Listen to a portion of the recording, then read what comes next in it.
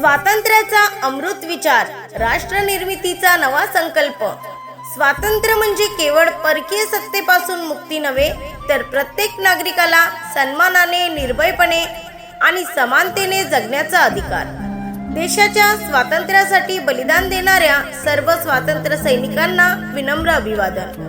लोकशाही, संविधान आणि सामाजिक एकतेची मूल्ये जपत समृद्ध, सक्षम आणि न्याय भारत घडविण्याचा संकल्प करूया। 15 ऑगस्ट स्वातंत्र्य दिनाच्या समस्त देशवासियांना मनपूर्वक हार्दिक शुभेच्छा। शुभेच्छुक माननीय अमर काळे, खासदार, वर्धा लोकसभा क्षेत्र, राष्ट्रवादी काँग्रेस पार्टी, शरदचंद्र पवार पक्ष।